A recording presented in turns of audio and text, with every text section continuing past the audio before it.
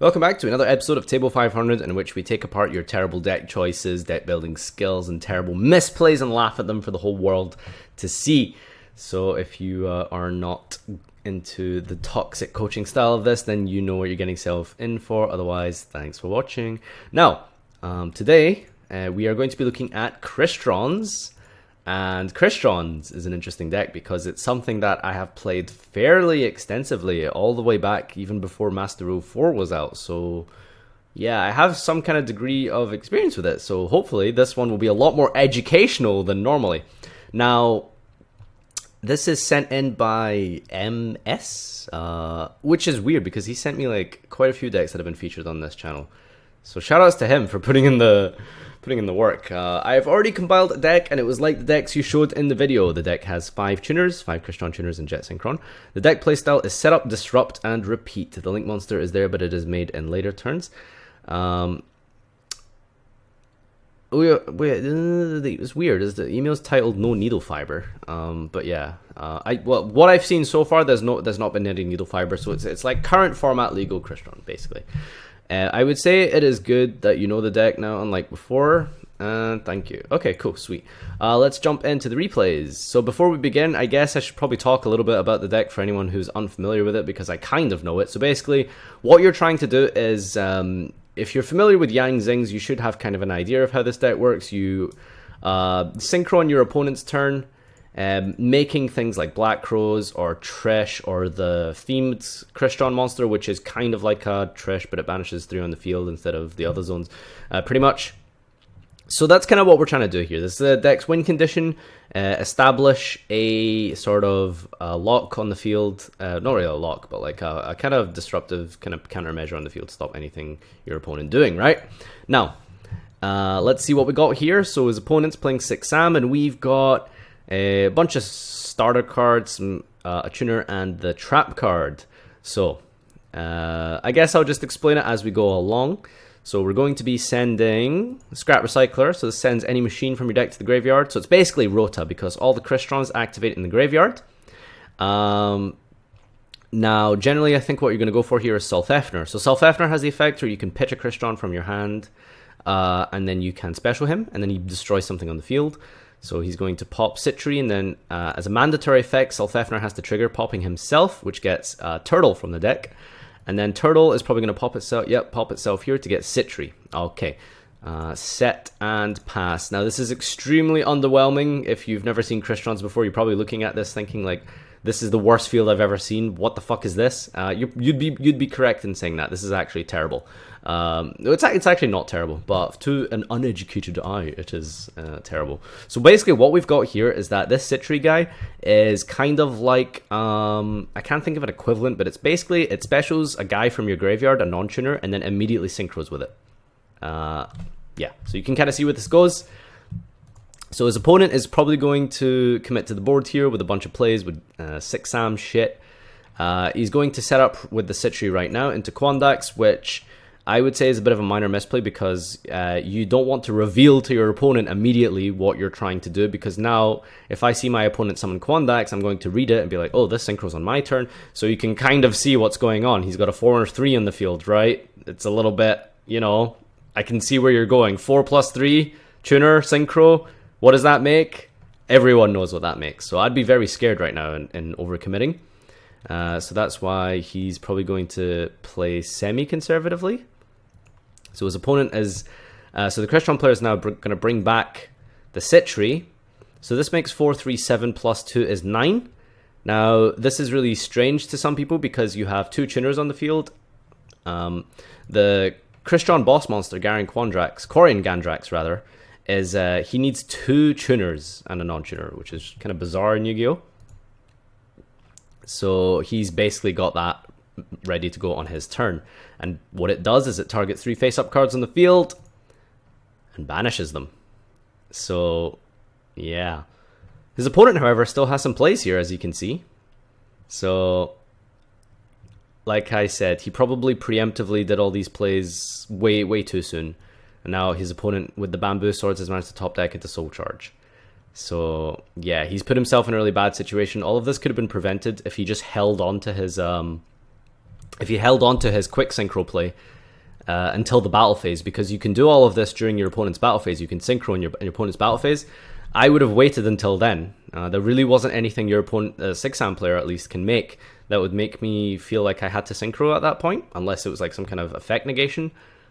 So unfortunate, but now on his turn he's going to summon Math. That gets ashed, but his graveyard is already set up. You see, he's got a bunch of random non-tuners and tuners, and he's got Self-Efner. So really, Ash at this point isn't actually going to hurt that much at all. Honestly, ashing this Self-Efner would have been much better, because it would have popped itself, attempt to special from deck, ash that, and now all he has is a Math Petition on the field, and he just dies next turn. So if you're ever playing against Crystrons, ash the Self-Efner, boys. So now we're set up for a Black Crows. If you can count the numbers, 2 plus the 2 in the graveyard makes 4. 4 plus 3 is 7. It's actually a little bit hard to play this deck sometimes, because you constantly have to think like 2 synchros ahead to realize what your kind of play is. So it does take a little bit of thinking to play this deck, and it's surprisingly a lot more than you would expect from a rogue deck, but yep. So he's going to set up the Quandax right now. He's going to attempt to banish the Quandax, I think, but Impact has a graveyard effect, and what it does in the graveyard is that when your opponent targets a Crystron, you can negate it by banishing it. So now he's going into the battle phase, and we make the Black Crows. So we're basically winning at this point. The opponent doesn't have anything. We can set up for yet another play, but as you can see here, he's really all he's kind of like be able to do. Like, hypothetically, if he didn't scoop here, he wouldn't really be able to kind of make much of a push. Like, he's only on 4,000 and no cards in the field. Most decks would be able to just, finish them off at this point. But this deck isn't very good at applying pressure. It's a very reactive deck. It kind of relies on what your opponent does most of the time. So yeah. So that was just the one replay. I hope I've spoken enough about Crystrons. I'm just going to let this one play through rather than commentating, because as you can tell, I'm actually really passionate about Crystrons. So I hope you got a little bit of knowledge on that. But yeah, so we're playing against Pelu now. He's playing Hallucigenia, so obviously not very good player. Foolish Burial, interesting. I don't think Foolish is really needed in this deck, because 9 of your monsters literally are Foolish Burial. Sending Smyger. Smyger's really cool. He's the Trap Searcher. And the trap searching is really relevant because you're able to set up bigger synchro plays pretty much. So he's gonna Foolish Burial the Rosenix, and that makes a token. So that lets him make Starboy, which is really cool, because one of this deck's struggles is that it kind of after you've made your big synchro, it's kind of hard to clear your board without going super neg. No, not clear your board, but set up for another synchro play. Because, Master Rule 4. So it's actually a little bit hard sometimes, but he's so far up an advantage at this point. It's it's whatever. Rosenix, banish the back row. I thought he had an impact in the graveyard, but I guess not. But yeah, as you can see, if you do establish a Starboy, you're just it's so good, you're winning really hard. Oh, it's weird. Kondrax targeted monsters. Oh, okay. Huh, I didn't know that. I thought it targeted face-up cards. But yeah, you see here, once this deck starts gets rolling, it's kind of hard to stop because of this constant disruption it can do on your turn. Magnet Reverse, interesting. That's actually really cool. I quite like this. Machine or rocks that is banished or in your grave that cannot be normal, summoned, or set. Special summon it. Huh. Wait a minute. But all of the Crystrons can be normaled or summoned or specialed. I'm curious what the target is for Magnet Reverse. I guess we'll find out. Red Eyes player going for Red Eyes Fusion first turn. That card is garbage because you can't do anything on the turn you activate it. So that sucks. Return of the Red Eyes. That's the equip, I think. Oh no, it's the continuous one. They have a bunch of equip cards support now as well. Garrion Quandrax. Banish your monsters. He's really, really strong when you get it set up. Magnet Reverse is for the synchros. Right, okay, so I guess you're basically bringing back Quandax, but I think Quandax goes to the graveyard, not the banish. Oh, right, this target's graveyard as well. I'm stupid. All right, interesting tech. I've never seen this in Crystron, but that's kind of cool. Now, the grind games are always really long with Crystron because, like, yeah, this deck is really grindy, and it takes a while. Like, even when you're up an advantage by so much with this deck, it still takes a while to beat your opponent. Oh, banish all the back row. Oh, why'd that not work? If this card is synchro summoned, no. If this card is synchro summoned, you can banish all spell trap your opponent controls and in the graveyard.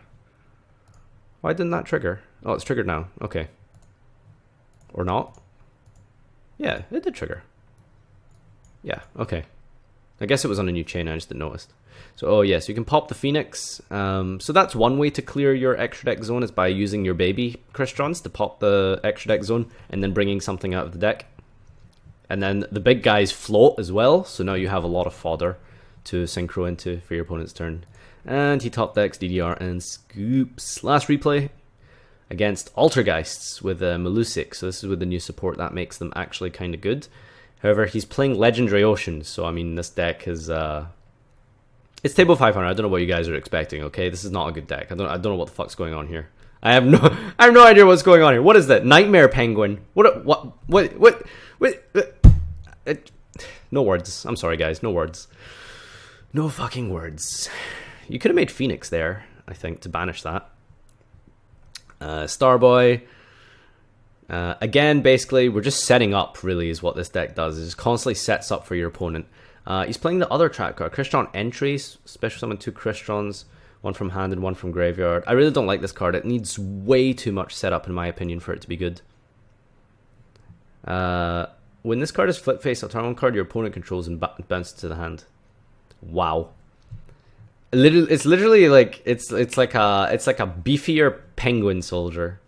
Crazy, eh? Crazy stuff. Right, let's see what he goes for here. Powered and Zektron. I don't even know whose turn it is right now. Okay, it's his opponent's turn. I think this card can't be destroyed with battle or card effects. Right, okay. The card is so shit. I actually hate that card. It's so bad. Garyon Quandrax. Banish all your monsters. And setting up for the next turn again. So again, like I said, this deck's just really not that good at applying pressure. It's just very reactive, very reactive deck. It's completely reliant on your opponent playing, essentially. He's in a pretty bad position. I mean, I don't really know. Like, I haven't read Melusic yet, but he hasn't used it. Instead, he's been playing around with this penguin cards instead. I mean, what are you gonna do? Bounce 2 cards right now? It's gonna get banished anyway. Scoop phase. All right, let's quickly check out the deck. Okay, so we got 4 cards. Interesting choice of techs, I suppose. Acquisitiveness and Magnet Reverse. So these are pretty cool and stuff in this deck. I just feel like they do require a lot of setup, in my opinion. Jet Synchron, I guess, is kind of a cool idea because you can pitch something out of your hand. And they all have graveyard effects, so you're not really going neg to summon the Jet Synchron, so that's kind of cool, I suppose. But like Acquisitiveness and Reverse, I just think like they require too much setup for like a draw 1. I don't feel like it's necessary. I personally would be playing Pot of Desires in here. I think Pot of Desires is really good. I guess his side deck is just different ideas you can play here. Starlight Junction, Supply Squad. Crystallic Potential. All Crystons gain 300 attack and defense. Once per turn during the end phase, you can draw cards equal to the number of Crystron synchro monsters you synchro summon this. Oh god, this thing's terrible. Jar of Avarice. Very slow cards, honestly. But yeah, I used to play the frogs in this deck, and I guess you still can maybe, but obviously you're not really making Toad because you can't synchro with it. But it's like a little engine you can play in this deck to make Starboy turn 1, so it means that you're able to apply a bit more pressure. And it clears your monsters a little bit easier. And Swap Frog pitching Crystrons out of your hand is fine because, like, they all, like I said, you can pitch Soft Efner, and then Soft Efner has a grave effect. These all have grave effects, so it's fine. So that's one idea. You can play Swap Frogs. You can play Desires. One card I really think is cool in this deck is Deep Sea Different Dimension Deep Sea Trench. So you can banish a Crystron from your hand or field, and then summon a Crystron, and then pop it, summon a Crystron from your deck, and then this guy summons the thing that you banished. So now you have 3 monsters on your field with a normal summon, and you can basically set up for like really big synchro plays. So yeah.